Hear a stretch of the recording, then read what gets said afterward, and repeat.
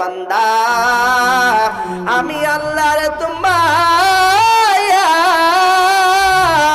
আমি আল্লাহর তো দয়া, বান্দারে কত ভালোবাসিয়া মোহাব্বত করিয়া তোরে বানাইলাম। ও বান্দা যদি একবার আমি আল্লাহকে আল্লাহ আল্লাহকে আল্লাহ বলিয়া ডাক দাও, বান্দারে আমি আল্লাহর অন্তরটাও বড় ঠান্ডা হয়ে যায়। জোরে বলুন আল্লাহু আকবার। ইয়াসসারনাল কুরআনা লিযিকরি ফাহাল মিন মুদ্দাকির। আল্লাহ রাব্বুল আলামিন ডাক দাও বলো বান্দা তোমার চোখে পড়ে বক্তা যে ওয়াজ করে আমি তো সব জানি, নামাজের কথা বলে জানি, রোজার কথা বলে জানি, হজের কথা বলে এটাও আমি জানি, আমাকে যাকাত দেওয়ার কথা বলবে এইটাও আমি জানি।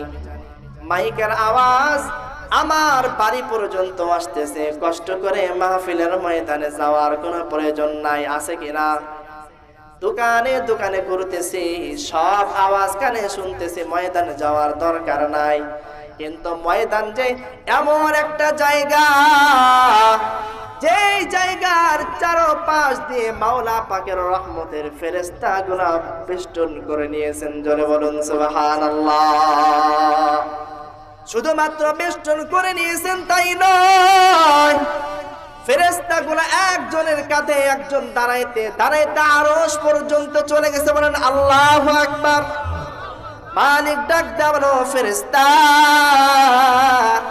কি ব্যাপার, কি ব্যাপার, তোমাদের মাঝে কেন আজকে এত আনন্দ দেখা যায়? জোরে বলুন আল্লাহু আকবার।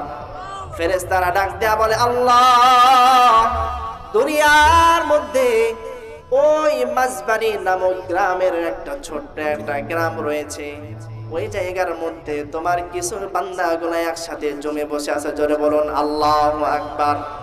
যে জায়গার মধ্যে শৃঙ্খলার জন্য পুলিশ লাগে না, যুবকদের কোনো দলও লাগে না, কানে আওয়াজ আসার সাথে সাথে নিজ দায়িত্বে বসে যায়। জোরে বলুন ঠিক কিনা?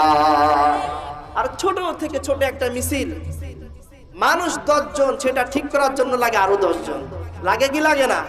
হই হুল্লোড় এমন ভাবে চলাফেরা করে, আরে যে ঠেকায় সেও হই হুল্লোড় করে বেড়ায়, কোনো শৃঙ্খলা নাই।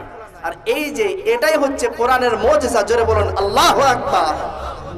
এখানে কোনো সিকিউরিটি আছে, কোনো পুলিশ আছে, কোনো র্যাব আছে, কারোর প্রয়োজন হয় নাই। কারণ যারা আসছে তারা প্রত্যেকেই এই নিয়ত করে আসছে, আমি ওইখানে যাচ্ছি আমার পরিশুদ্ধের জন্য, ওইখানে আমার